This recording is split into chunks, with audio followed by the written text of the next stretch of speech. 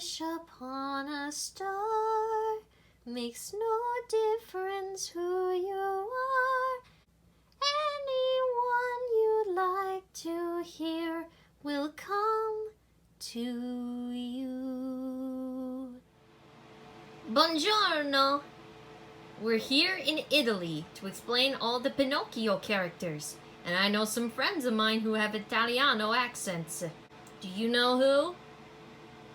That's right, Mario and Luigi. And the theme song that I've been singing was based on this film.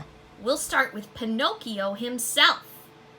A living puppet, Pinocchio dreams of becoming a real boy. But to do so, Pinocchio must first prove himself brave, truthful, and unselfish. 3 things he has great trouble with. Pinocchio has a thirst for adventure and a shaky sense of right and wrong. An easy mark for the practiced con men of the world. Pinocchio often finds himself tempted to take the fun path in life with little thought about whom his actions may hurt. Worse yet, he has a tendency to lie about how he ended up in a predicament rather than tell the truth. Unfortunately for the little wooden puppet, he does not find it easy to hide his lies, and as his nose grows longer with each one. But for all his flaws, Pinocchio has a big heart, especially when it comes to his father, Geppetto. Pinocchio loves Geppetto wholeheartedly. It is this love and Pinocchio's willingness to sacrifice his own life for his father that ultimately prompts the blue fairy to turn him into a real boy. Did you know that? Pinocchio makes a cameo in Aladdin when the genie thinks Aladdin is lying to him, and was made from a pine tree. In fact, his name means pine seed in Italiano. Now you know. Here is Figaro. Figaro is used to having Geppetto's love and attention to himself and does not always take well to Geppetto's giving Pinocchio attention instead. This feisty kitten has a destructive streak that comes out when he is annoyed, but Figaro also has a conscience and usually feels bad about his misdeeds, often going out of his way to make up for them. And he soon became the pet for the lovable Minnie Mouse. Say hello to Cleo. Cleo is Geppetto's pet goldfish. She has an expressive personality and shares a close friendship with Figaro, with a kitten. They have a brother-sister relationship, with the feistier Figaro showing impatience and disgust at having to kiss Cleo goodnight. Cleo displays her happiness by doing flips in and out of her fishbowl, and shows her unhappiness by swimming around in circles. Over here, holding Pinocchio, is Geppetto. A kindly old woodcarver, Geppetto lives alone with only the companionship of his pet goldfish Cleo and his kitten, now Minnie's, Figaro. Geppetto spends his days creating wooden clocks, music boxes, and puppets for children. Although he enjoys his work, Geppetto is lonely. More than anything, he wants a child. His wish is granted by the Blue Fairy, who brings his favorite puppet Pinocchio to life as a reward for the amount of joy Geppetto has brought into others' lives. Geppetto is a loving father. He is dedicated to Pinocchio and thinks his son can do no wrong. Geppetto would do anything for his son, including risking his own life to find Pinocchio when the puppet goes missing. Did you know that? Animator Art Babbitt, who drew such characters as Goofy and the Queen from Snow White and the Seven Dwarfs, once noted that Geppetto was one of his favorite characters to animate. Now you know. Now here is Honest John.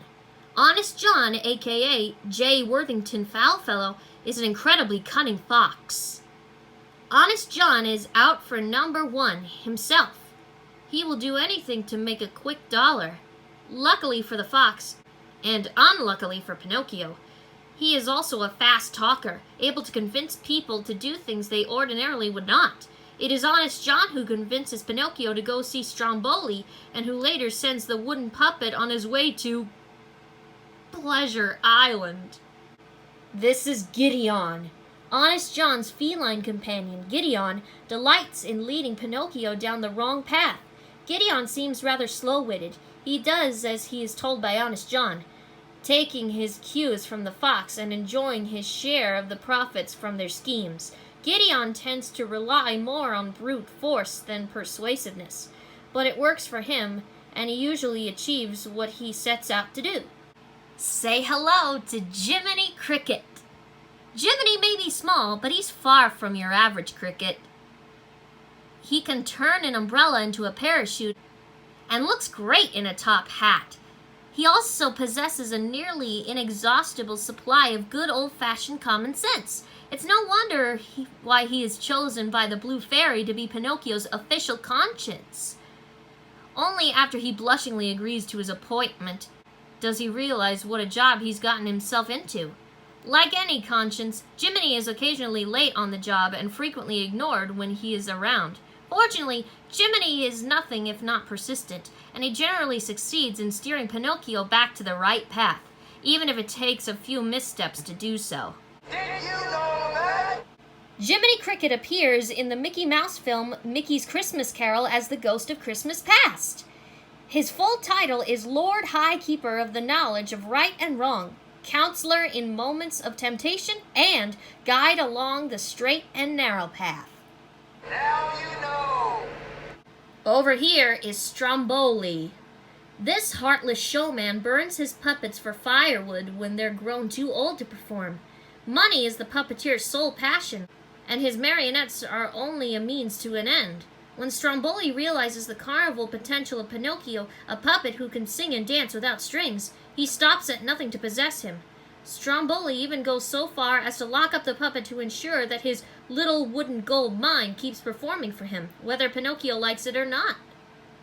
Here's Lampwick, a scrappy little red-headed boy who steers Pinocchio to Pleasure Island. The street-smart, tough-talking urchin proves to be as gullible as Pinocchio.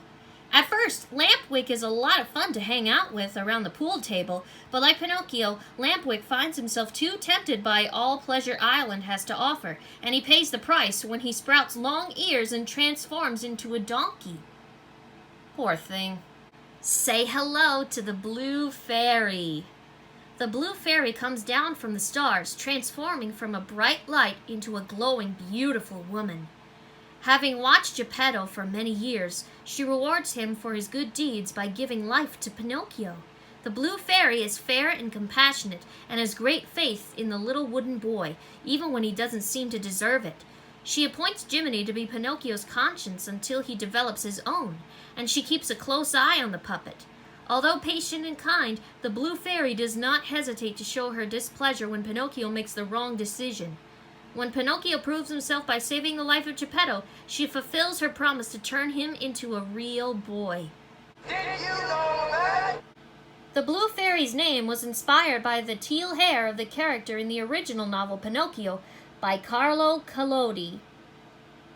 The Blue Fairy's appearance was based on the same model who served as inspiration for Snow White, and the Blue Fairy was animated using footage of a live-action model as a reference. Now you know. And here is, oh dear, Monstro. A vicious creature, this giant whale likes to eat and does not like to let his food get away from him. Monstro is just how he sounds, monstrous. He is able to swallow whole ships in one gulp and is particularly fond of tuna. Monstro swallows Geppetto when the woodcarver is out looking for Pinocchio, and he later swallows Pinocchio as well. But this huge animal has a soft spot. He is quite ticklish. Well, mostly on his snout. Pinocchio uses this to his advantage to make the whale sneeze and spit out him and his father. Monstro does not take their escape well and goes into a rage that nearly kills the two. Oh boy. Did you know that? Monstro's appearance was inspired by both a sperm whale and a blue whale. He has the teeth and body shape of a sperm whale, but his size, color, and underbelly look to be based on the blue whale. Now you know. Those are all the Pinocchio characters. Join me next time, the next page is about Pocahontas characters, but I'll get to that later.